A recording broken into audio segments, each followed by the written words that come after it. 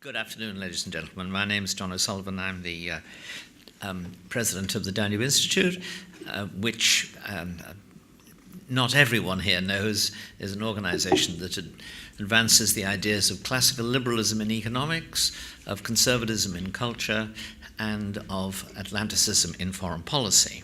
But that is the broad outlook which we tend to share in the Institute, but we also believe above all else in a culture of debate, disagreement. We think that partisanship is strongest where debate is weakest, and we like to promote debate and argument. So whenever we hold conferences we always try to ensure, except when we have a single speaker, obviously, we try to ensure that there is someone from the other side, someone representing the respectable democratic opponents of the groups I've mentioned.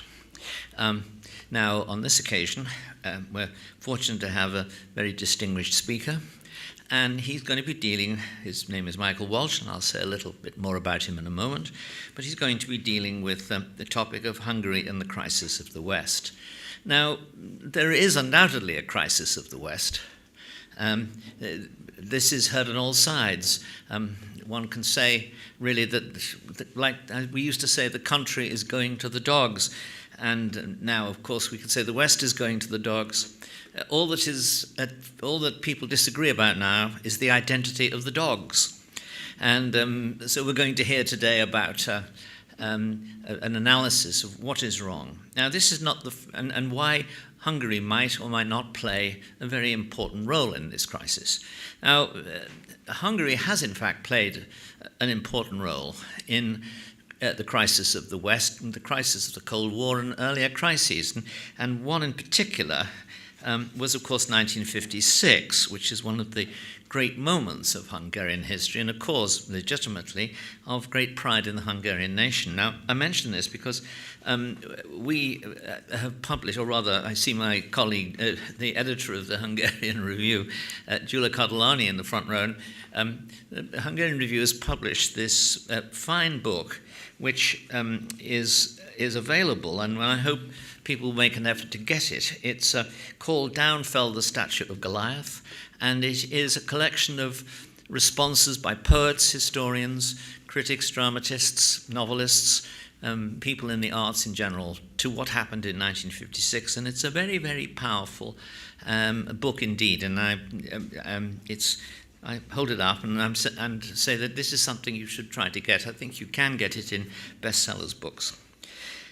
Now, the crisis of the West at the moment is a somewhat different one, and it involves such matters as the loss of national power of nation states to global institutions or to institutions like the European Union. It involves such matters as the alleged evanescence of national identity and its replacement by a different set of loyalties and allegiances. It involves such matters as multiculturalism, which suggests that nowadays, most societies we should expect not for there to be a unified national culture, but instead a mixture of cultures, so to speak, jostling for attention. That this should be recognized in legal fields by overlapping legal jurisdictions, and of course fueling all of these different aspects of the Western crisis is the question of immigration. Mass immigration, to be controlled or not controlled, how, by which institutions, and by national or by international bodies. This obviously, for the last 2 or 3 years, has been a truly major episode in Western argument about itself. And we are very fortunate, I think, today in having somebody who, to address this question, who does so with a great knowledge of Central Europe and of Hungary. I'll come to a moment why. But also somebody who has got a broader outlook as well, because he's been a foreign correspondent. And not only that, but even broader, he has a series of very substantial achievements in the field of writing, of arts, novels, and of course of music. Michael Walsh is an author, a journalist, a musician, and a screenwriter. Earlier this week, he gave a wonderful lecture on the topic of what makes Hungarian music Hungarian, with two very talented musicians, a pianist and a cellist, illustrating his arguments. And I think we all went away, well, I know we went away saying, Michael, you're going to have to come back and explain what makes English music English and what makes Russian music Russian and so on. It was a revelation and thoroughly enjoyable as well. Now, he was, in fact, for 16 years, the music critic of Time magazine. And they must have worked people harder on Time magazine than I realized, because you also doubled that with being a foreign correspondent.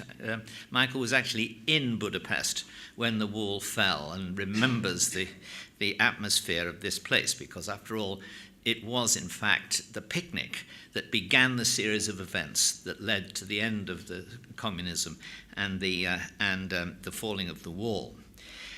He's covered such matters as the collapse of the Soviet Union. His works include novels as time goes by and All the Saints.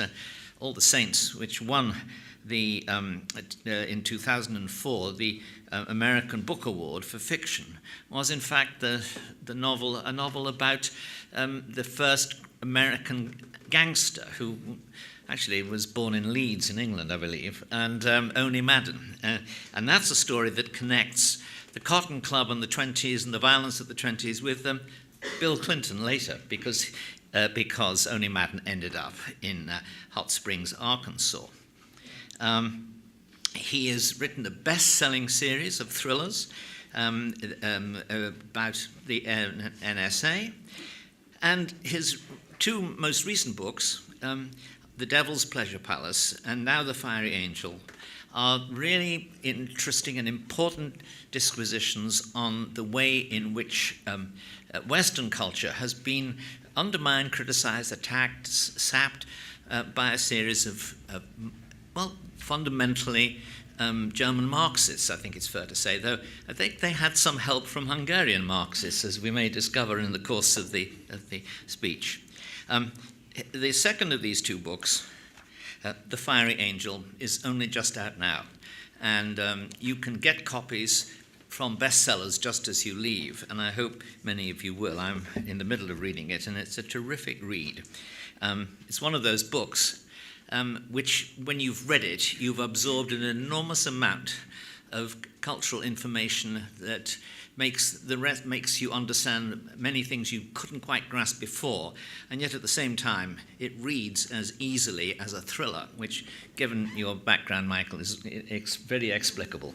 So this is the book which you can get as you leave, and but for the next 40 minutes we can hear the man himself and then question him about the points he's making.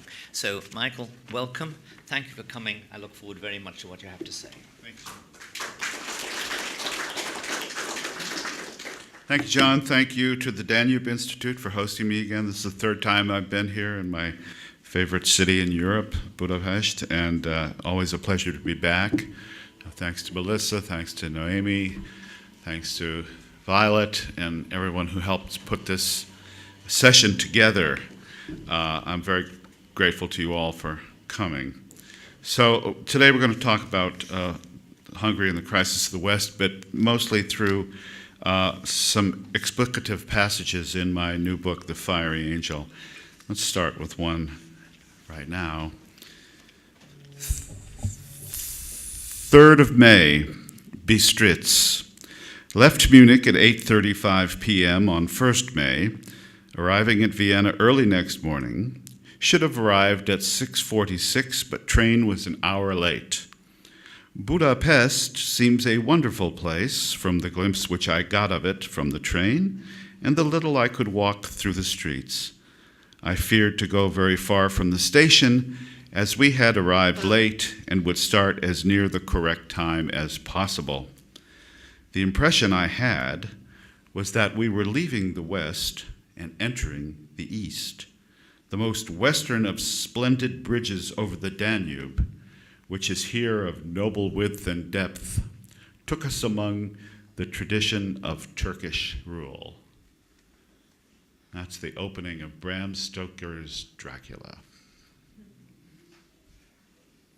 I make the argument here that Bram Stoker's Dracula is a political novel. We don't think of it as such, but it is, and we'll take a look at that as we go forward. But I love the beginning of that. That is Jonathan Harker's diary. He's entering his first impressions of his journey on the way to Transylvania and his rendezvous with Count Dracula in order to do a real estate deal in England. And of course, we all know how that turns out.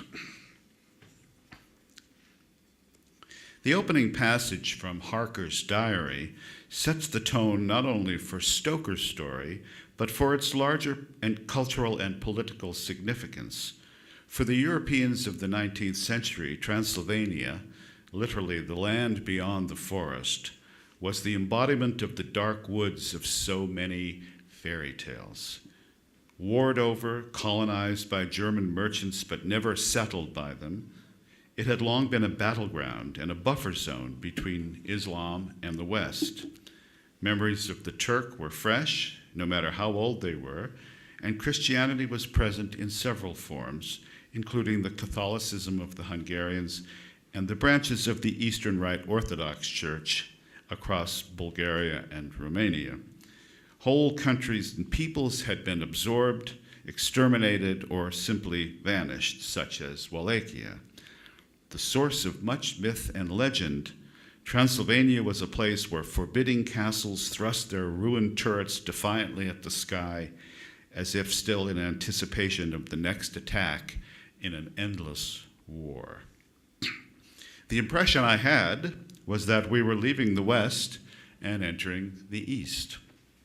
For Americans, the unexplored territories lay to the West, virgin and ripe for the taking, but for Western Europeans, the unknown lay to the East in antiquity. It was to the East that Hitler looked while demanding Lebensraum for the Third Reich to the Germans. To the Germans, the Slavs were only good for slaves. And as for the peoples of the old Roman province of Dacia and the inhabitants of the Balkans, they needed to be moved aside, their natural resources seized, such as the Ploesti oil fields in Romania, and the land turned over to the master race. Nothing good ever came out of the East, but plenty of bad things happened to unwary strangers who crossed into it. Entering the East meant entering the territory of the historical Dracula, Vlad Dracul, or Vlad Tepes, the voivode of Wallachia, known as Vlad the Impaler for a reason. He believed in doing unto his enemies as they did unto his people, and he impaled them through the throat on long pikes, then hung them upright as human scarecrows. When the Ottomans sent emissaries to him, he had them killed by nailing their turbans to their heads. The brutality on either side of these endless wars was, by modern lights, appalling. We prefer our mass annihilation to be more antiseptic and impersonal. Dracula is rarely, if ever, thought of as a political novel, but it is. The underlying conflict between Islam and Christianity forms the novel's backdrop. Dracula's bloodthirsty implacability is a direct result of his battles against the Sultan Mehmed II, the conqueror of Constantinople, who brought his war against Latin Christianity further into Europe with incursions into Wallachia, Bosnia, still heavily Muslim today, and Albania. His troops even briefly invaded Italy and threatened the Eternal City in 1480.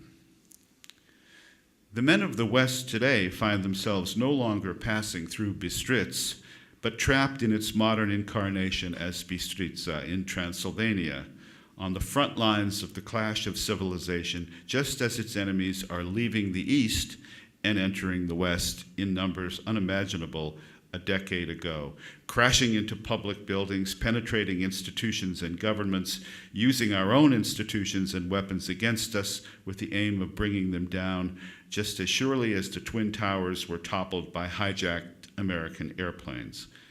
Indiscriminately, the invaders kill men, women, and children without much fear of retaliation, since the West defines acts of war as those enormities perpetrated by nation-state actors, not a fifth column of cultural Marxist sappers or ragtag ummah of believers. Take us away from all this death, we cry, and then offer our necks, because the teeth are so inviting and because the evil, like Satan, falls so fast and yet takes so long. Those are some of my observations about the current political crisis, and as you see, I've couched them in literary terms, particularly in this case, Stokers' Dracula. The idea behind the book *The Fiery Angel*, as it was behind its predecessor, *The Devil's Pleasure Palace*, is to use artistic works as tools of political analysis. I was not interested in writing books about politics per se, and there's no mention of any politician, living politician certainly, in either of these two volumes. Rather, what I choose to do is to make the following assertion, which is that the arts are our human way of expressing who we are as individuals, as people, ultimately as nation states, and ultimately as larger civilizations. Not through politics do we define ourselves, that is the secondary manifestation, but rather through our works of poetry and music and literature and theater and painting and sculpture.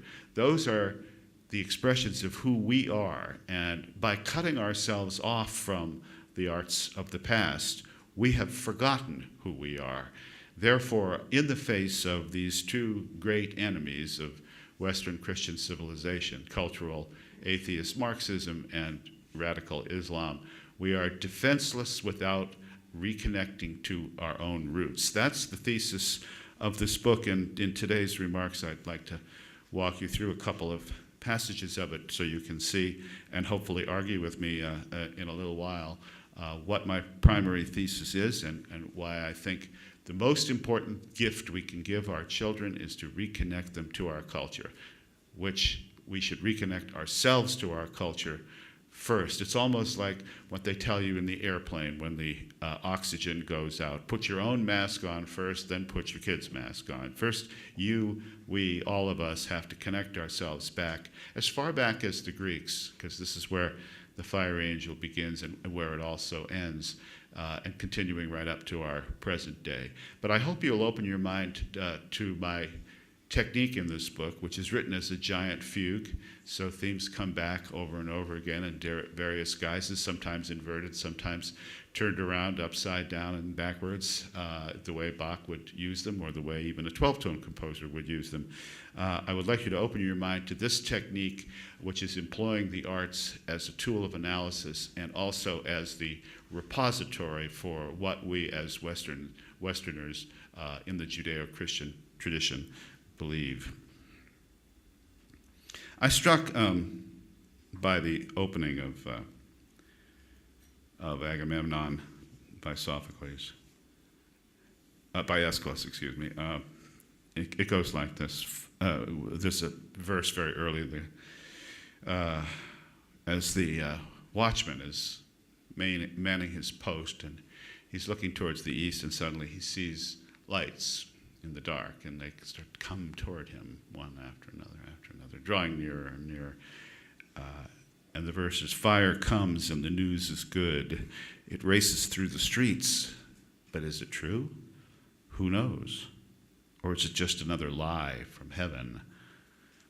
The watchman is waiting for news that the Greeks have returned, that Troy has fallen, and that Agamemnon, the king, is on his way home to Clytemnestra. That's the beginning of, obviously, the fall of the house of Atreus in the Oresteia. But I thought it was a great symbol for us as Westerners, that we live in a world of good and evil, of dark and light, of shadow and substance, and we are sometimes misled or mislead ourselves by false lights and false dawns into thinking that something that isn't true actually is true, or vice versa. So it is a characteristic of Western civilization that we try to be skeptical, that we argue with ourselves, that we sometimes contradict ourselves. This is the great engine of Western learning and society. And right there in Aeschylus at the beginning, we see this articulated in such a vivid and such a dramatic way. Defenders of the West and its prized and precious culture, cherishable all the more in the face of the continuing assault against it by both Marxism and Muslims, are well equipped to combat the influence of the enraged. Our armory is to be found precisely where contemporary philosophers and politicians are loath to think, in the artistic roots of Western culture and civilization. Thus we turn to them again and again in time of need. This is a statement that's already got people upset in the United States, so I hope I can upset you as well with this. Homer has more to teach us about governance than Harvard, and always will. In an age of categorical specialization, one is tempted to view history as occurring in a vacuum. That is, a succession of geopolitical events, some casual, some random, that add up to an imperfect narrative of the human species. A cultural Marxist might go further and explain history via the means of the Hegelian dialectic, the conflict of opposing world historical forces, and propound its obeisance to certain scientific, in quotes, laws in some sort of discernible arc. A fatalist would say that all is predestination and any struggle useless. In none of these worldviews is the place of man paramount or even particularly significant. Indeed, in each, the human species is reduced, as in Macbeth's celebrated image, to that of mere players strutting and fretting their way to dusty death, wholly unable to affect the iron laws of destiny. Hence, both Western science and Marxist determinism have turned inward, becoming culturally acceptable forms of navel-gazing, viewing humanity as acted upon rather than as actors, pinned butterflies in a lepidopterous collection rather than free-winged creatures born to fly. But what evidence do we have that any of this is true? None, except an argument from authority. That basic logical fallacy, however, is obscured by our own reluctance to re-embrace the wellsprings of our culture and to reconnect with its symbols, the arts which have guided both man and his history since long before the advent of organized religion, scientific principles, or any of the totalitarian heresies in evidence from the 7th to the 21st centuries. The modern European, and by extension the American, nation-state arose on the basis of a shared culture, language, music and musical style, art and drama. These things were formative, essential, not ornamental. In our time, the arts are regarded as something essentially frivolous, a snooty subsection of entertainment, perhaps, or the playgrounds and playthings of the rich, an innocent way for the elites to pass the time and spend their money when they're not otherwise further impoverishing the already poor. But that is our time's problem and the origin of so much spiritual unhappiness in a world whose favorite response to sentiment with which it does not agree is a sneer. And yet, plays, players, and playing are essential to any culture. All the world's a stage, and not only to Shakespeare. We cannot understand the nature of a people or a civilization merely by its transient politics. We must also delve into its art, myths, stories, legends, and songs. Not to understand culture is not to understand history, and thus be disarmed in the greatest fight in which Western civilization has been collectively engaged, the struggle for its soul. That we appear increasingly defenseless against barbarism is distressing but explicable. One of the West's chief defects is not physical poverty, the focus of so much Marxist thought in the late 19th and early 20th centuries, but spiritual penury, the focus of so much Marxist enterprise today. Forget Christianity. The West no longer even believes in procreation, which is a physical manifestation of its loss of faith in its own cultural ideals and their superiority to all others. These ideals, however, are still on display and readily available in the form of what we call today the fine arts, which are not the exclusive province of the elites, but rather of the entire polis from whom they stemmed in the first place. Virgil's great epic poem, the Aeneid, may have begun as a tribute to the Emperor Augustus, but it quickly became the property of every Roman, as it is today part of the intellectual and spiritual patrimony of every Italian, and indeed of every European. Far from being or anti-democratic, the arts express the nature of the people who gave them birth. To lose them is to lose the nation part of the nation state and leave only the state, which is, of course, precisely the goal of the cultural Marxist project. So there, in a nutshell, is my essential thesis, that the assault on our civilization masquerades as an assault on our political structures, but actually is much deeper than that. It goes all the way to the bedrock of our culture. And I thought it was particularly fitting to really begin the book tour for Fiery Angel here in Hungary, because the Hungarians have been so involved in this struggle for the defense of the West and the soul of the West, including how you as Hungarians define yourselves, whether as Westerners or Easterners, more so than probably any other people in Europe. As Stoker says, through Jonathan Harker, I felt I was leaving the West and entering the East, and he means going over the bridge from Buda to Pest. And that's what he means. So right here, we are at ground zero of this very long war against our values and our beliefs and our very existence, I would say. As one of the tools, as you heard me just mention, is the Aeneid, and throughout the book I come back to passages in Virgil that are so beautiful, translated by John Dryden, just so beautiful, so stunning, and sometimes you want to, when you've discovered or rediscovered a great work of art, you want to just shout at passersby and grab them by the lapels and shake them and say, have you read such and such? But the Aeneid, for me, is one of those pieces, as was in my book, The Devil's Pleasure Palace, as was Paradise Lost by John Milton. To the young people in the audience, I know sometimes it seems hard to read these because as Ezra Klein, who's a 14-year-old boy who runs the Vox website, once famously said, the Constitution is like 100 years old and hard to understand. And the Aeneid is like 2,000 years old and actually quite easy to understand. All you have to do is read it. But what I think the importance of the arts here to our discussion, which involves cultural policy, public policy, and foreign policy, which is why we're all here in this great international city.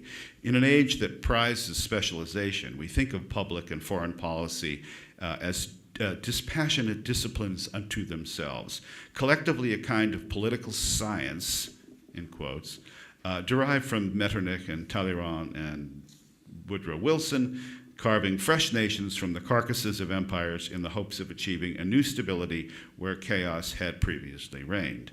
Yet both Europeans, that is Metternich and Talleyrand, were aristocrats. Talleyrand was also a bishop, highly educated, steeped in French and German culture, and devoted to both cultural and self-preservation in tumultuous times. There was nothing bloodless or scientific in the Marxist sense. And this scientific Marxism is such a load of codswallop, it's beyond belief, but that's the terms we have to use. There was nothing bloodless or scientific about either of them. Now I'm going to ask you to follow me on a little historical chain here. Consider, for example, the following succession of historical events. And I want you to think of this in terms of my thesis that the arts are far more important than politics because they tell you what's going to happen if you listen. Let's chart this. It's French. Beaumarchais, French playwright, wrote a series of plays.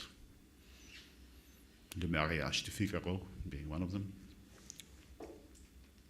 Mozart, Austrian-born composer, wrote a series of operas, Les Nozze di Figaro, one of them, the French Revolution, Beethoven, Napoleon. How do we get from Beaumarchais to Napoleon? Well, as Hemingway wrote, and I think The Sun Also Rises, how did you go broke? At first slowly and then suddenly. We got from Beaumarchais to Napoleon at first slowly and then suddenly. The progressions are clear. From Le Mariage de Figaro, to the play, to Les Nozze di Figaro, the opera, to the start of the French Revolution and the fall of Louis XVI, took 5 years. 5 years.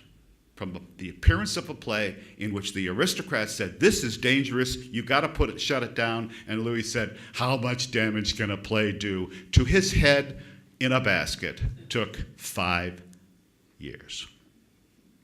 And yet at that time, the royal edifice was first lampooned, then sexualized in Mozart's opera, and finally pulled down around the aristocrats' ears. Those with sensitive antennae, among them Louis XVI, who initially forbade public performance, but then allowed it when he changed the venue from France to Spain, could see what was coming. Most could not. Now let me give you another one. Pay attention to the canary. You know, the one that just fell over in the cage? Think about why that bird just died. Let's try this. Count Gobineau, Vater Jan, Richard Wagner, World War I, communism, National Socialism, Hitler, World War II, and here we are in Budapest. In the same way, Arthur, Comte de Gobineau's theories of racial superiority were nationalized by Friedrich Ludwig Vater Jan.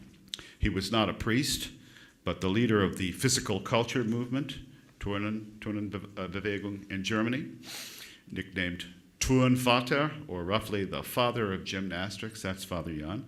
They were dramatized by Wagner, most notably in the tetralogy Der Ring des Nibelungen, adopted by Wagner's son-in-law, who was an Englishman named Houston Stewart Chamberlain, and put into practice by Adolf Hitler, who said, whoever wants to understand National Socialist Germany must know Wagner.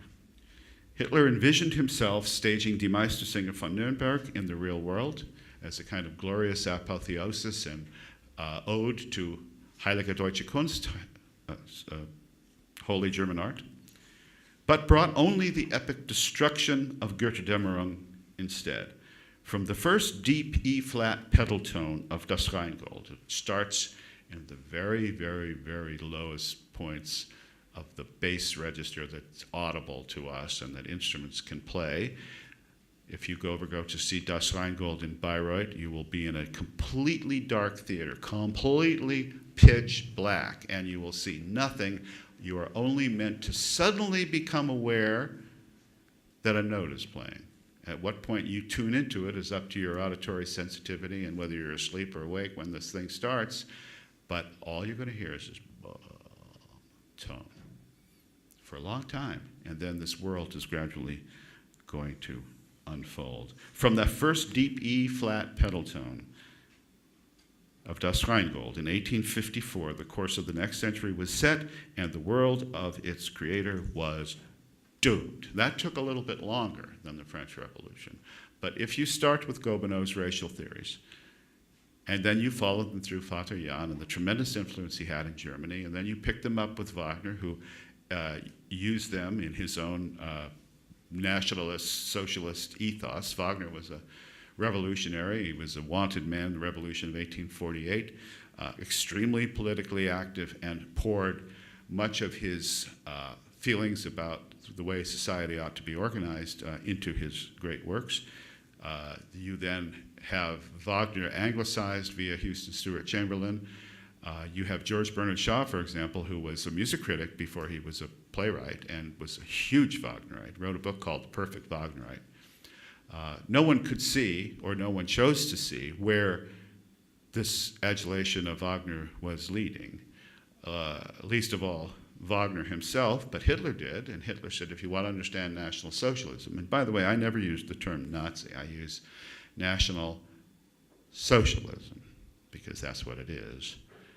If you want to understand National Socialism, you must understand Wagner. So, canaries in the coal mine. We could have seen this coming. In the middle of the 19th century, we have this collision of three geniuses, all of whom changed the world, some for the better and some for the worse. Wagner, of course, writing Tristan, Marx, and Darwin, who writes Origin of Species. Same year Wagner writes Tristan. It's an amazing confluence of effective talent, and we're still working out the consequences of it. And those guys, Darwin obviously was a biologist, but they are effectively artists in their own right, in their own fields.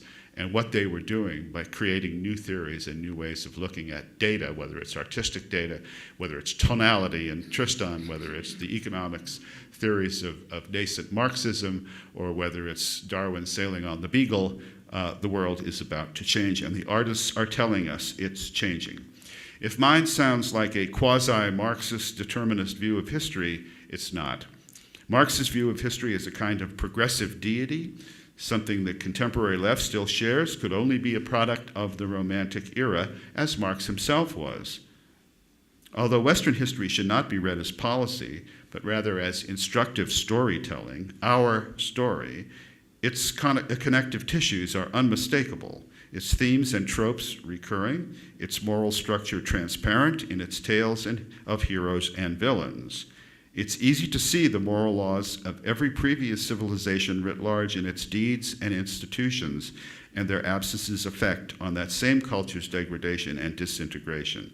It's only when we get closer to our own time that some monsters still appear in disguise. And among those monsters, of course, was Soviet communism, which you here in Hungary, those of you over a certain age, will quite well remember. Last night I had the pleasure of taking John and Melissa to meet some old friends of mine here in Budapest, and we were reminiscing about an event that happened in 1990, and I was here right after the Berlin Wall came down. I'm pleased to tell you that I was able to take big chunks of the wall out with a sledgehammer that I rented from some German guy, and I now have those pieces of the wall back in my house in Connecticut in New England. But I was up probably staying at the Hilton then, and with my friends Tomasz and Agnieszka Havash, and the wall had come down, and everyone was quite nervous. And I said, "What's wrong?" And they said, "The rumor is going around that tonight the Romanians will invade Hungary and take us over because of our large role in liberating Europe from communism." And I've often said, I said this before, but I'll say it again, I think one of the great unsung heroes, and he may not be unsung, and it may be a she, although I suspect it's a he, is the Hungarian guard at the border with Austria, who, when the fence was opened and the East Germans who had been here started to flee, did not shoot them.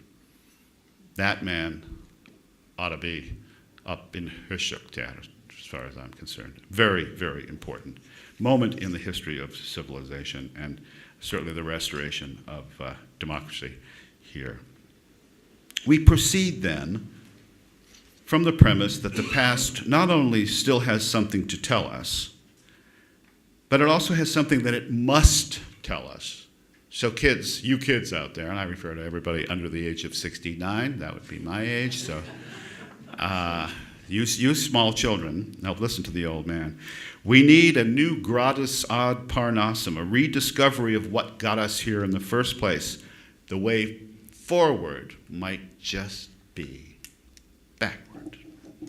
Without an understanding and appreciation of the culture we seek to defend in both domestic and foreign policy, the entire enterprise is fundamentally futile. A culture that believes in nothing cannot defend itself, for it has nothing to defend. Not to understand our culture, or worse, to reject it out of hand in a rebelliously juvenile manner, is not to understand history, and is not to understand politics, which is to say, is not to understand ourselves. It's very hard to predict the future, and one of the arguments I make in the book is that it's The past is the one thing we have to go on. The present evanesces even as we live it, so it doesn't really exist. It's a transient state.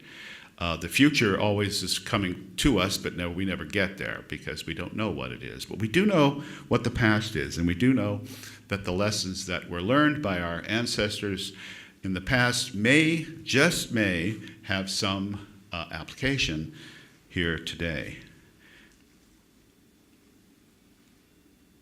The past is a foreign country. They do things differently there, wrote the British author L.P. Hartley in the opening words of his novel The Go-Between, 1953, made into a memorable movie in 1971 by the playwright-screenwriter Harold Pinter and the director Joseph Losey at the peak of their collaboration. But is it really? Is it really a different country? Yes, it wears funny clothes and oftentimes speaks in deceased cant or embarrassing jargon, spouting long-forgotten catchphrases with little or no meaning in the present. Then again, so did we, our younger selves. And how foreign do we consider those dapper young fellows and radiant girls to be, even as we age? The past is, as the saying goes, the thing what brung us. The future is unknown and always must be in this temporal sphere. It is also, and I think this is crucial, it is as silent as the tomb. It's the tomb of Carlo V in Don Carlos by Verdi. There's nothing comes out of it until the very, very end, of course, when Carlo V comes out of it, but that's the surprise ending of Verdi's opera. Sorry to give that away to you. It's as silent as La Pace della Tomba. That's the future. Can you hear it? I can't. Marxists can. They love the future. Oh my goodness, I love the future. Forward, in die Zukunft. You know, they're march, pointing and all this silly juvenile tripe that they indulge themselves in. They love the future. However, sometimes the future doesn't quite turn out the way that they thought it would. The future is unknown and always must be. It's as silent as the tomb, even more silent, in fact, since if we read and listen to and observe the artifacts of the past, we can hear them speaking to us. Let me give you an example. When I was a young reporter, before I became a music critic, I was hired by a newspaper in Rochester, New York, and I became a police reporter. That was the best way you learned how to be a journalist, really fast. And you also got used to seeing dead people, oddly enough, especially in Rochester, New York in those days. Whoa, there's Alexandra Ivanov. She was there too with me at the not in the morgue, but at the Eastman School of Music.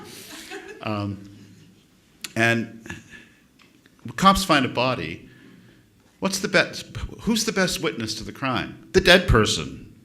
The corpse speaks loudly to forensic analysis. It tells you what happened to it. You just have to pay attention. It can't speak, but that's the only thing it can't do. And it's much more reliable than so-called eyewitness testimony, which can be coerced or manufactured. So the past is that corpse, but it is talking to us, and we have to know how to hear it. The future has no artifacts, no poems, no symphonies, no paintings, no films, no soaring architecture to both house and inspire. It may have them someday, but then again, it may not. Predictions are tough. As Yogi Berra, for the Europeans in the audience, Yogi Berra was the catcher for the New York Yankees, who was famous for his kind of funny sayings. Predictions are tough, said Yogi Berra, especially about the future. Ask the residents of Berlin in 1933 how they imagined their city would look in 1945. Anybody imagine what Berlin would have looked like in 1945, beginning with the Machtergreifung in 1933? Well, actually, we don't have to ask, because Albert Speer provided us with blueprints for the glorious capital of the tausendjähriges Reich. Yeah, super. Anchored by a great Volkshalle, without which no self-respecting socialist state would have been complete. By 1986, the American political humorist P.J. O'Rourke would describe Berlin as a pretty good imitation of Minneapolis, Minnesota. No one would have or could have expected that at the time. That's the future for you, and yet we choose to woo it and spurn the centuries gone by to propitiate a fickle, inconstant, and ultimately unknowable lover, when the past, in the form of Calliope, one of the muses and the goddess of music and dance, is lying seductively right beside us, whispering in our ears, if only we will listen to her. Let us listen then to the angels of our nature, for better or worse, because they have much to tell us. I want to add one last bit before we open up the floor to questions, because it has to do with Béla Bartók. And I had the honor of being in the Bartók Hall over at the Institute of Musicology a couple days ago to talk about Bartók's music and Kodály and Liszt, of course. And John alluded to the talk, what makes Hungarian music Hungarian. I'm wondering what makes Irish music Irish, John, but then again I realize we don't have any music, so that's probably not a classical music subject for a future talk. But in any case, let's talk about Bartók, for example. I think he's a fascinating Hungarian. Every place Bartók was born and lived is no longer in Hungary. That's kind of cool. What happened to my country? Dude, where's my country? You know, like that movie, Dude, Where's My Car? Where's my country? If Bartók had wanted a scandal on the order of Stravinsky's De Sacre du Printemps in Paris, he came close with a ballet called The Miraculous Mandarin, with a scenario by Melchior Lengel, who we were talking about last night.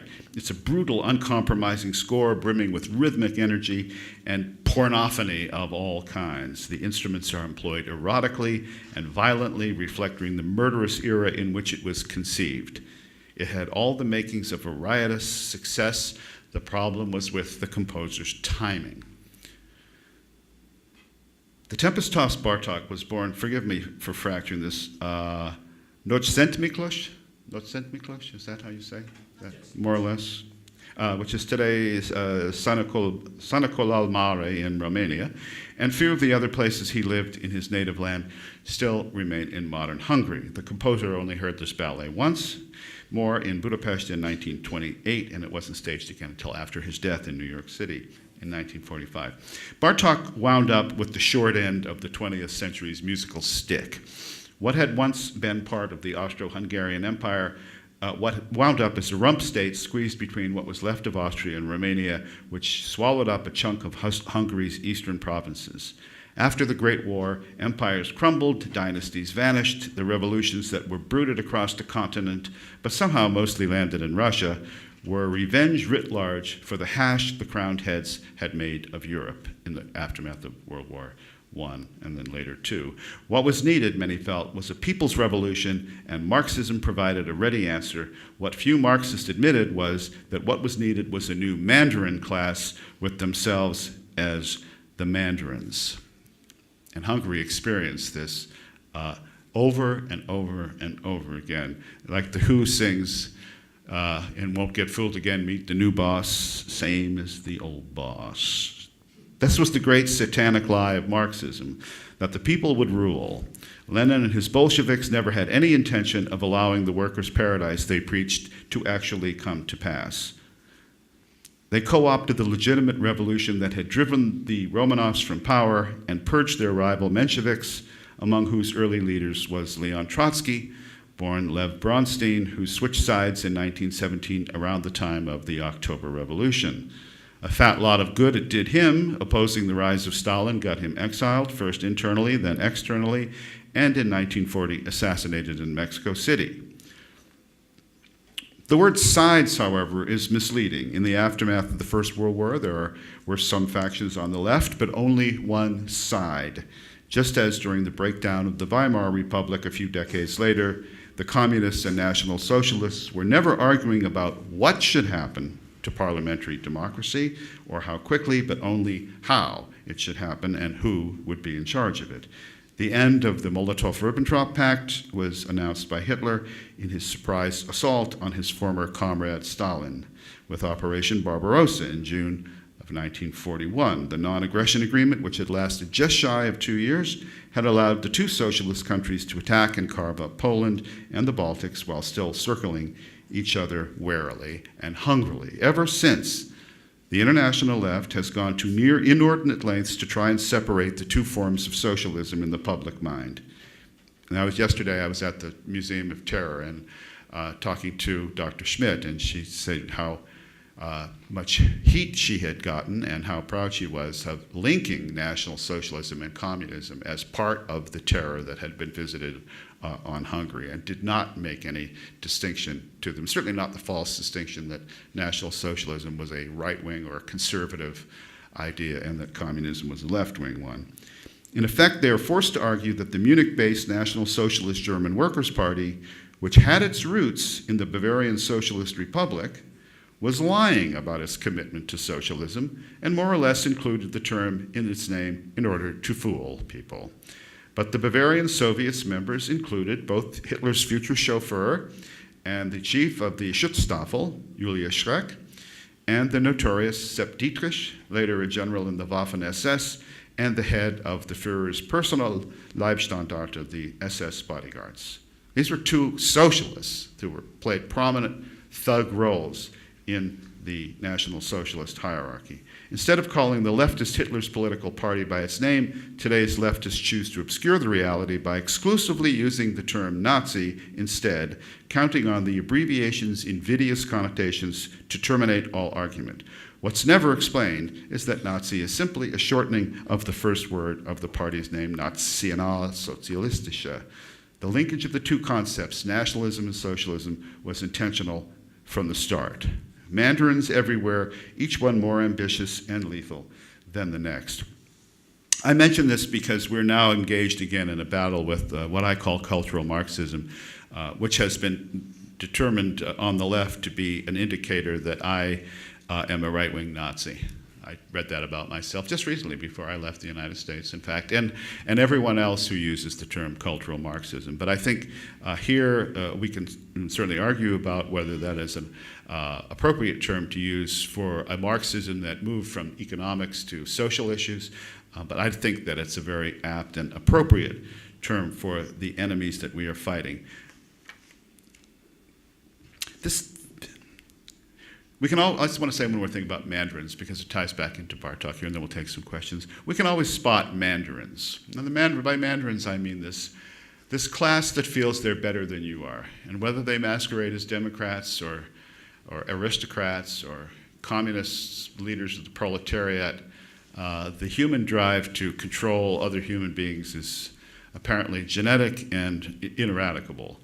But it's our job as defenders of the West, defenders of democracy, and defenders of civilization and culture, to put them down whenever we can. We can always spot Mandarins, which is why their professed fealty to the welfare of the common man rings so hollow.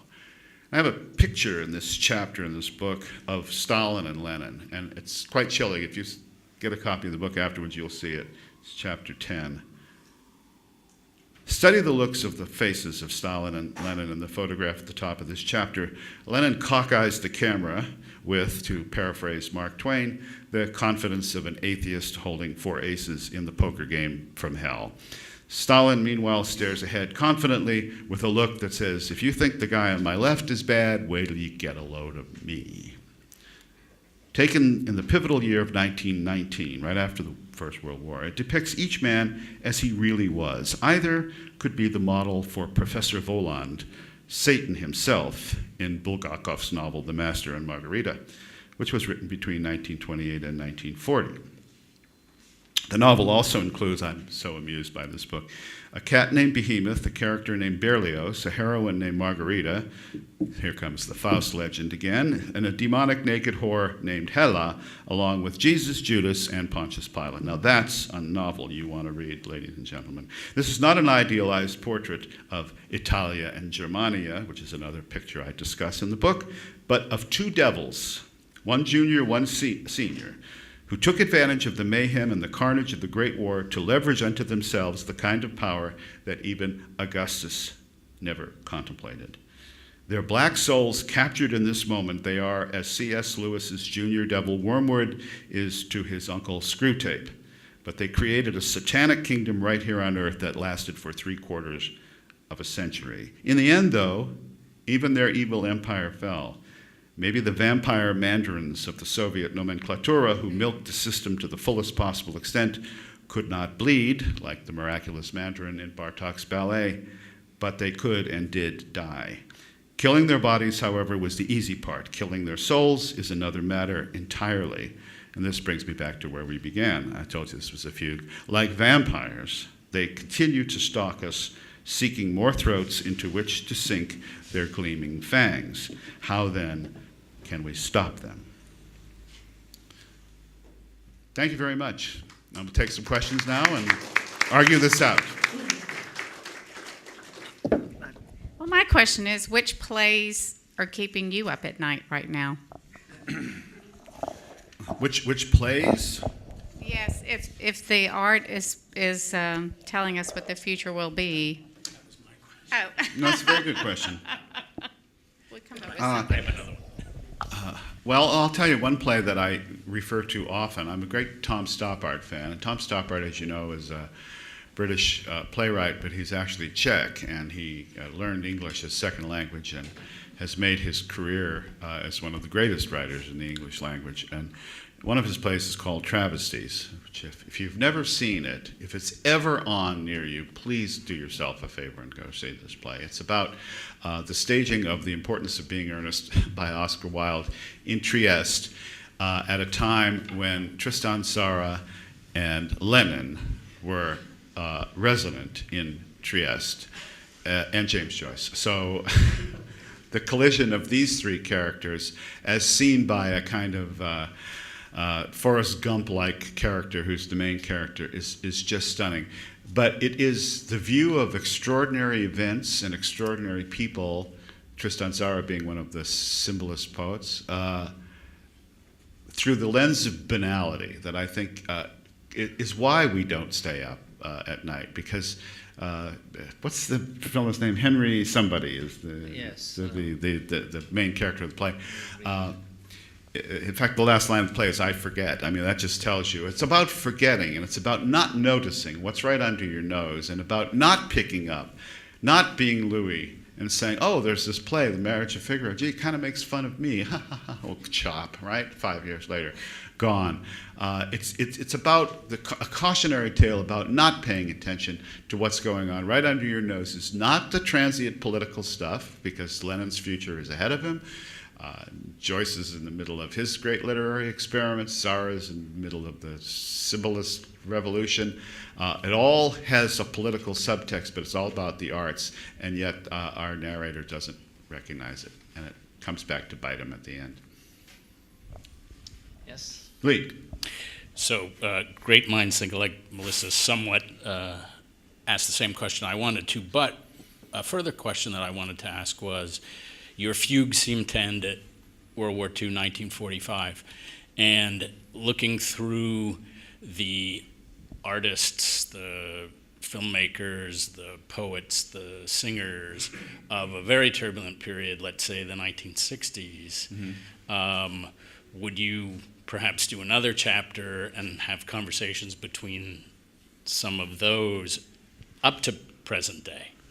Well, I do talk about some of the work from the 60s. I have a chapter in this book called The Raft of the Medusa, which is a painting by Jerko, and also an oratorio by Hans Werner Henze, who was a German composer, socialist, communist actually, but lived the high life and wrote a propaganda piece that he dedicated to Che Guevara, based on this incident in which a French ship, the Medusa, ran aground off the coast of Mauritania and sank, and most of the swells got away in the lifeboats, leaving the poor people to suffer, die, and including cannibalism, as they were trapped on a raft for many, many days, and finally rescued by the Argos. And it's an interesting work because, first of all, the Medusa itself, the ship, the symbol of Medusa, is filled with snakes in the Greek myths, so that the snakes escape and the proletariat does not, and they're rescued by the Argos, which is the all-seeing eye, which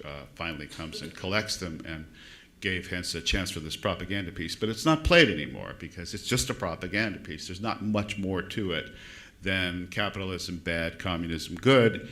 And I think that the 60s is where we begin this switch into our version of very politicized art. There's plenty of politicized art from the 20s and 30s. It's dead now. During my years in the Soviet Union, I'd be periodically dragged off to some communist opera. And it was serviceable, not memorable, instantly forgettable, and not one of those has remained in the, or even made it into the repertoire.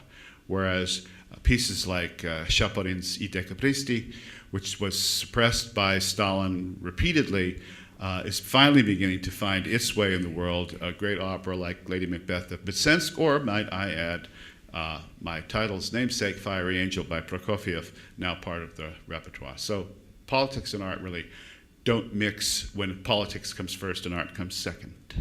T.S. Eliot said that the television set would do more damage to Western civilization than the machine gun. Would you agree with that? Who was it that said that? I'm sorry? T.S. Eliot. Oh, T.S. Eliot. The television set, I would have agreed with that before. I think television did take over our lives and our living space and our dining space and our bedrooms to an extent that it doesn't anymore, mostly thanks to this. This has now taken over that function.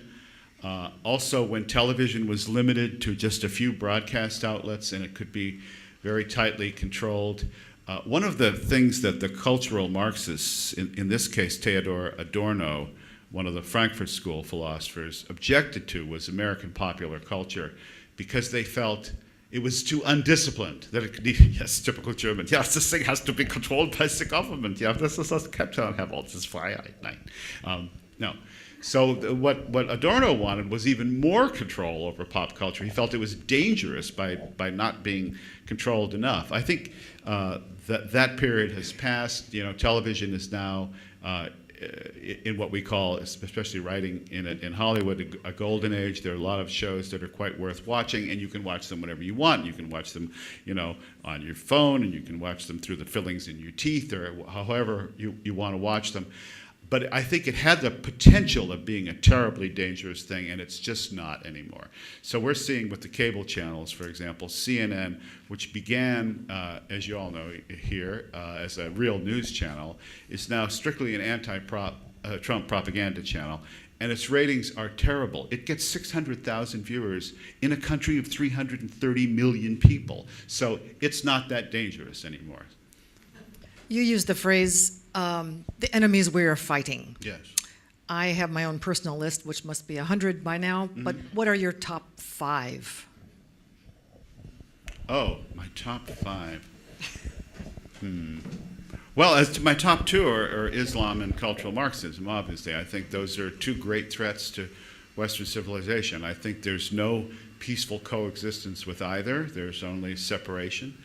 I think there's certainly a role for Islam in the world for countries that want to adopt it, but it is fundamentally anti-Western, anti-civilizational, and anti-cultural, and I don't make any bones about saying that. I think cultural Marxism comes at us with the same intent, which is to destroy Judeo-Christian civilization, which is so powerful here in Hungary, for example, but it comes at us from an atheistic point of view. It still gets to totalitarianism, just by the back door. And so I think those are the 2 things that most concern me at the moment.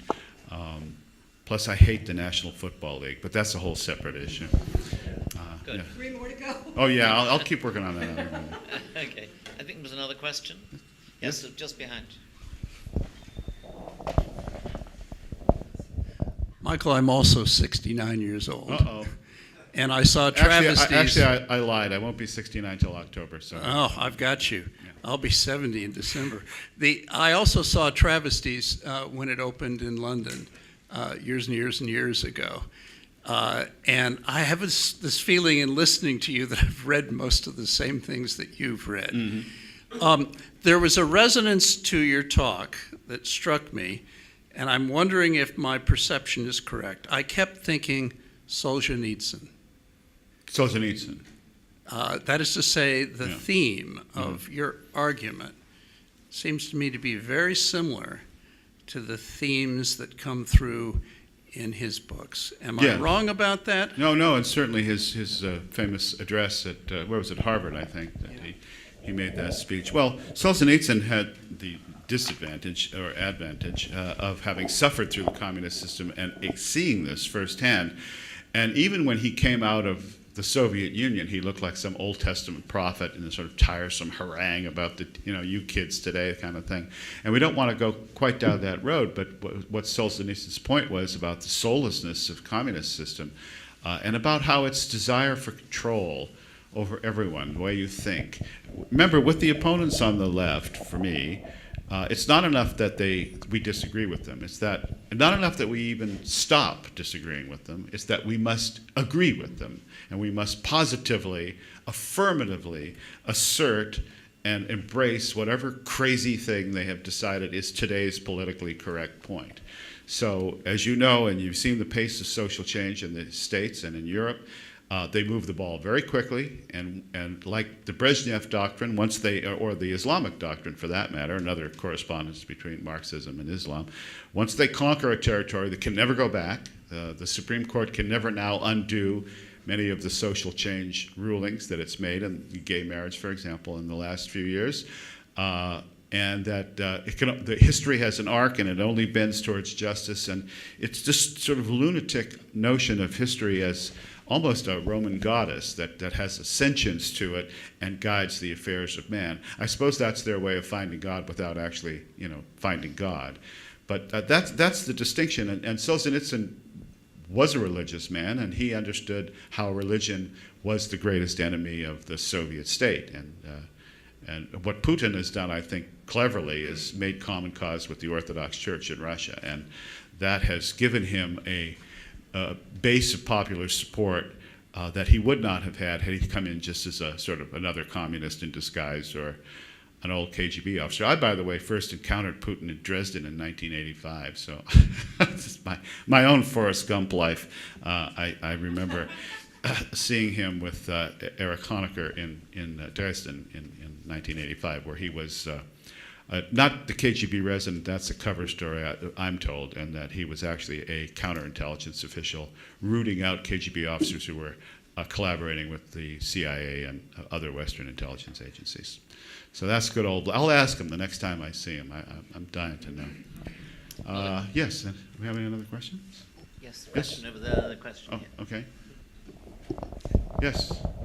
Yes, the lady there. Tennyson wrote in The Idylls of the King that the old order changeth, yielding place to new. Hold and the that's, microphone close to your mouth so I Oh, can- sorry. That's okay. And that's kind of a repeated line, that the old order changeth Yes. in Tennyson. So a theme for young artists today that keeps getting drummed in is that we need to prepare people for the future. And obviously you can learn from the past, like by reading old books, as you talked about in your talk. Yeah. But is there any way that artists today can prepare people for the future without succumbing to the inevitable transience of overly politically focused works of art? No, that's a good question, but I would actually question the premise of the question, which is I'm not sure why we have to prepare for the future. The future comes no matter what.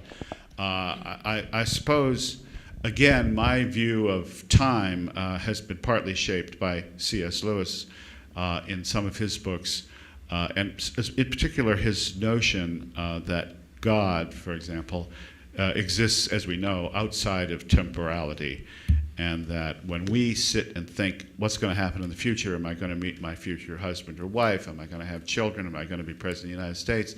All these things are yet to happen, and then we think, well, God knows what's going to happen, and therefore if we appeal to God through prayer, petitionary prayer, maybe we can intercede with the big guy to change the as yet unwritten future. Now, what Lewis says is that that's silly because God, well, I've phrased this in one of my novels, God doesn't care. And I actually believe that God doesn't care. He leaves us to work out our own destiny. And the reason he doesn't care is because there is no future for God and there's no past. He exists simultaneously in all times forever. So therefore, rather than thinking of him going forward, right, into the future, hinaus in die Zukunft, he's already there. So whatever has happened, and yet it will happen still. And there isn't much that can be done about it. Even an omnipotent God who exists in all times and all places really has no need of omnipotence in that sense. My friend Dennis Prager, who's an Orthodox Jew and talk show host in Los Angeles, said to me once, I think petitionary prayer is the greatest source of atheism in the world. That we pray to God for something, I really want that red wagon, I really, really want it, and we don't get it. I don't believe in God anymore. Heck with God. We do it as we get older on somewhat of a larger scale. But I think the future is going to come. What you must do is prepare yourself, but I think it's a quasi-Marxist argument to say we have to prepare society for the future. And the left in the United States, Bill Clinton's famous bridge to the 21st century, if we all remember that, is just silly because society is going to get there no matter what. We as individuals, I argue throughout Fiery Angel that the individuality of the West is what makes the West great, not the collectivity of it. Yes. Yes, sir. Well, I think Hungarians must appreciate very much your talk. You said that culture is probably more important than politics. Well, we can argue about it, I think. But going back to politics, don't you think that with all these dangers looming around, Putin is still a danger, and even more a danger is China? Many people think that the future belongs to China. Mm-hmm. Do you see any point in that? Yes, I do. I just wrote a column this morning that will be published in the New York Post on Sunday about President Trump's foreign policy activities over the last couple of weeks, including the G7 and the agreement with Kim in Singapore. And I would like to make this larger point about that. Thank you for this question, because I think the whole Russian collusion nonsense in the United States, and it is nonsense, began, well, as I like to say, since when did the Democrats ever object to the Russians? They've been in bed with the Russians since 1923. They spy for the Russians, you know. They're sympathetic to the communists and always were. So I always found it rather amusing that some of the Democrats would object to the Russians. But I believe that they did in order, as a disinformation operation, that I was privy to a lot of the workings of the Trump administration early through my friend Steve Bannon and my friend Sebastian Gorka and other people in the national security apparatus. And everyone wanted to reach out to Russia wisely, I think, in order to neutralize any problems with the Russians and to find an ally in the war against Islamic terrorism, because the Russians certainly know how to deal with it, rather brutally actually, and have experienced it a lot and are on the front lines of it all along their southern border. I don't think the Democrats could allow that to happen. That was their greatest fear, and I think that's why they invented this Russian collusion thing. But as to your point about China, my friend David Goldman was just here a couple weeks ago, and he's one of the wisest and smartest people I know, and he's been sounding the alarm about China for a very long time. I'm not sure how the China thing works out, but it does have 3 times as many people as the United States, more people than the United States and the European Union combined. It is ruthless in its thumbing its nose at contracts. Those of us who work in Hollywood know never to do a deal in China, because you will never see the money. You will never see the money. They will promise it to you, and they will Welsh. It's happened to me on a small scale. It's happened to a very close friend of mine, a major agent, who started an agency, a talent agency, based on Chinese promises of money. And when they fell through, he closed that agency the same day because he did not have the money. But we have found them to be highly, highly untrustworthy partners in business. So the president, I think, understands that, and he has done his usual carrot and stick thing with the current President Xi, I believe is that his name? Xi, the Chinese premier. And we'll have to see how they do, but they're building aircraft carriers, they're putting islands in the South China Sea that they can use for territorial claims, and our Navy is in particularly bad shape right now, so the China threat, I think, is really well acknowledged in the White House, and I wish that the Russian collusion thing, I hope it goes away. The Inspector General's report is due out today about some of the malfeasances in the FBI. We'll see if this whole thing finally calms down, because we need to focus on a geopolitical struggle with the Chinese, especially in the Asian Pacific area. Sorry, but collusion between China and Putin?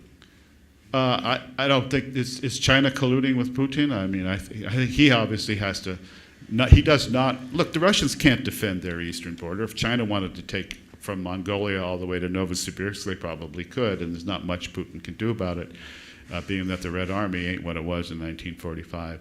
So he's got a very tough, he's playing the weakest possible hand in the best possible way. He's got nothing. He's got no cards.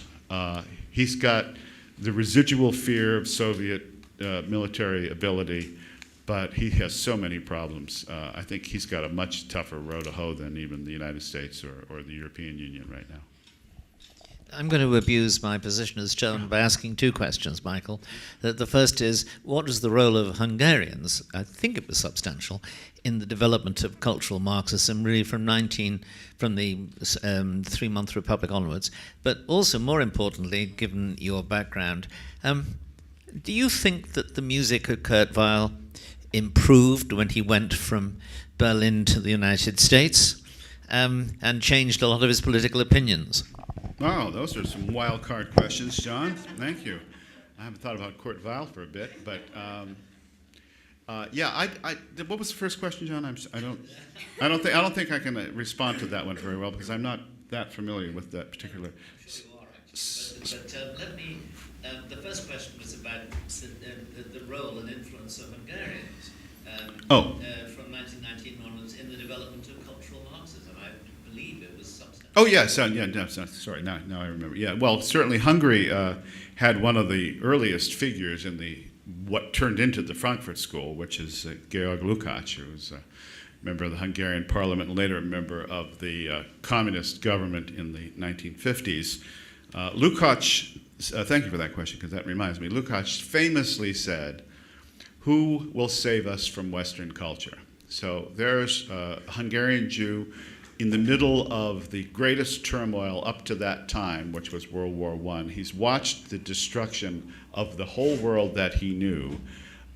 Marxism is beginning to flourish, and Lukács blamed World War I on the collapse of the European system and felt that it had to be completely overthrown,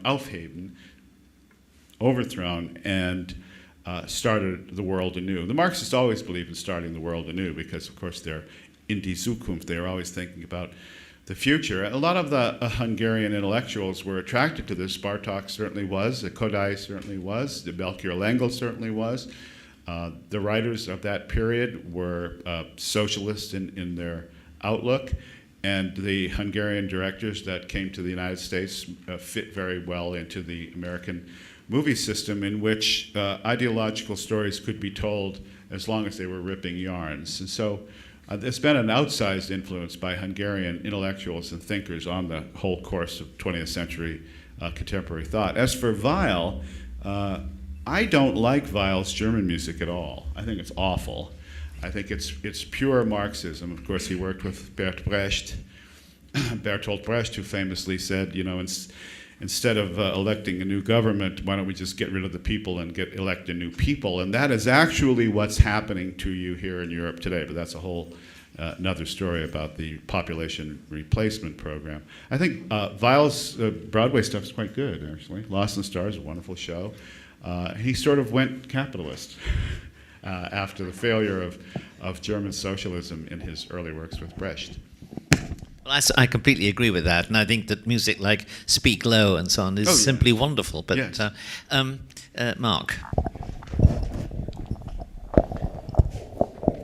Well, to continue in John's vein, it occurred to me that we must ask you about Imre Kallman and whether his move to New York after being the great Austro-Hungarian operetta singer, what the impact of that was. But my more serious question was if I could ask you to expand on your view that Hungary can play a role as a vanguard in the defense of Western civilization. Now, if we take Angela Merkel and Viktor Orban as two opposing polls when it comes to the view on immigration, culture, etc., etc. It certainly seems that things have gone more Viktor Orban's way in European politics since 2015 than in Angela Merkel's case. But could I ask you just to say a little bit more about that and how you see Hungary contributing on these big questions? Well, as far as Kalman, John and I went to a Kalman operetta when I was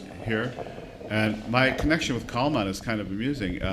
When I went to Time magazine in 1981, our famous editor-in-chief was Henry Anatole Grunwald, who later became ambassador to Austria after he stepped down as the editor-in-chief of Time Incorporated. And his father had been Kalman's librettist in Vienna. And so, what did we see? The Land of Smiles or the Circus Princess? The Circus Princess, yeah. And I've lost track of Kalman once he went to the States, so I know the Viennese operettas, which are lovely, but not the American work. As far as Hungary's role, Hungary's got a tremendous role. We had a salon hosted by Melissa and John the other night in which 20 young people were there to talk about these very issues. One of the fellows is here with us again today. Hungary's role in the defense of the West. Hungary's location, of course, has much to do with that, and its presence on the very fluid front lines of Western European or European Christianity. I think Orban has gotten the better of Merkel, which I'm very happy to see. I don't like Mrs. Merkel at all. I think she grew up in the communist system. I think she's, without actually being a communist herself, I think that is the world she grew up in and understood. It's a world I spent a bit of time in myself between 85 and 91. I was there in 85 actually in Dresden, when Honecker came up to give a speech to celebrate the restoration of the Semper Opera House in Dresden on the 40th anniversary of the destruction of Dresden by Anglo-American bombing, part of the bombing campaign against Germany. And as you know, Dresden was destroyed in a firebombing. It was a propaganda, and I discuss it a little bit in the book here at Fiery Angel. It was a propaganda opportunity. It was a way to show off East German craftsmanship, even though much of it was imported to restore the opera house. But it was also an indication of how frightened the communist system was of Reagan's Star Wars program, of the Strategic Defense Initiative. And almost the entire speech was given over to a denunciation of the Strategic Defense Initiative, which was, for those of you who don't remember or weren't around then, it's the anti-ballistic missile program. It was missiles that would go up and take out incoming nuclear missiles to the United States. It wasn't clear at that point whether that would even work, but it so frightened the Soviets and the East Germans that it led to the collapse of the Soviet Union. I think Reagan was a poker player, the Russians were chess players. In chess, when you beat, you turn over your king and you resign. The king never gets captured, you quit. And in poker, of course, you just bluff your head off until you either win it all or lose it all. And Reagan was willing to do that, and Gorbachev was not willing to play poker, and he turned his queen over. I think the Hungarians, what they did in '56, without any help from the West particularly, was incredibly brave and noble.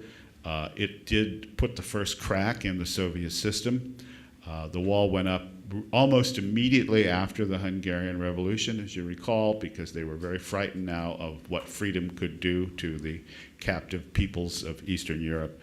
I think now, with Orban having been reelected so spectacularly, he's got as free a hand as a leader in a democracy like Hungary can have. And I think he's looking, from my conversations with various people here so far this week, he's looking as much to the east as he is to the west, and to the Hungarian populations in Romania and in other places. I alluded to Bartok not, having homes in places that aren't in Hungary anymore.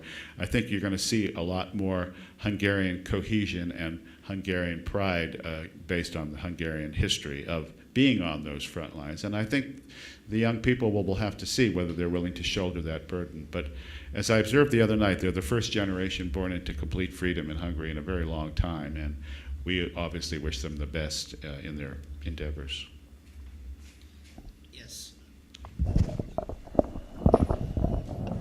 Well, I was delighted to hear the name Imre Kalman brought up, because I think that he's a stellar example of a Hungarian bringing Hungarianism in music to the United States, and certainly in New York City, by bringing the Csardas and his flavor of the Viennese, his interpretation of the Viennese operetta format, but in his own personality. And then he in turn brought American jazz of the 20s to Budapest and Vienna and elsewhere. And so he formed this wonderful blend at the time, and he was heavily criticized in Vienna at the time too. They said that it was blasphemy to bring American jazz, but he brought the jazz age over here. And that brings me to the fact that I wanted you to comment on what is your take on the Hungarian State Opera, sponsored by the government here, to go to Lincoln Center for 2 weeks of residency? Well, I think it's great. Obviously, the Hungarian artists have played very important roles, as we were talking the other day. Some of the great composers, Miklos Rosa, who went to Hollywood, could have been a great concert composer, was a great concert composer, also a great movie music composer. And I think it's time for the Hungarians, and I mentioned this in a conversation with someone prominent in the Orban circle yesterday, to kind of re-alert the world of the Hungarian contribution to the arts. And I think going to Lincoln Center will really be helpful. But let me actually conclude with a story that I find troubling and challenging, and it has to do with the jazz. One of the principles of Western civilization is syncretism. It's what we now call cultural appropriation. We take things from other cultures and we turn it into something new and different. The obvious example being Debussy and the Balinese Gamelan Orchestra. Left alone, the Balinese Gamelan Orchestra sounds to Western ears like people banging on tin cans for a very, very long time. Now, I'm sure it sounds great to the Balinese, but it sounds like tin cans in a way to us. But to Debussy, it was a new timbre, and he began to employ sounds like that in his music. When I was illustrating the musical lecture, how Liszt used the piano to imitate the cimbalom of the Hungarian gypsies, and to give the piano a way of suggesting not only that, but in fact an entire orchestra, as he perfected the art of piano virtuosity. But when it comes back, it's sometimes criticized, as Alexandra just mentioned. So when jazz came back, we had a number of jazz operas. Johnny Spielt Auf by Krenek, and some of Weil's works, for example, included it. And when the Nazis took control of Germany, they banned this. It was all Entartete Musik, Entartete Kunst. They had an exhibition of Entartete Kunst, a degenerate art, to show the people of Germany what this horrible American Negro-influenced jazz music and art was doing to the pure Aryan culture.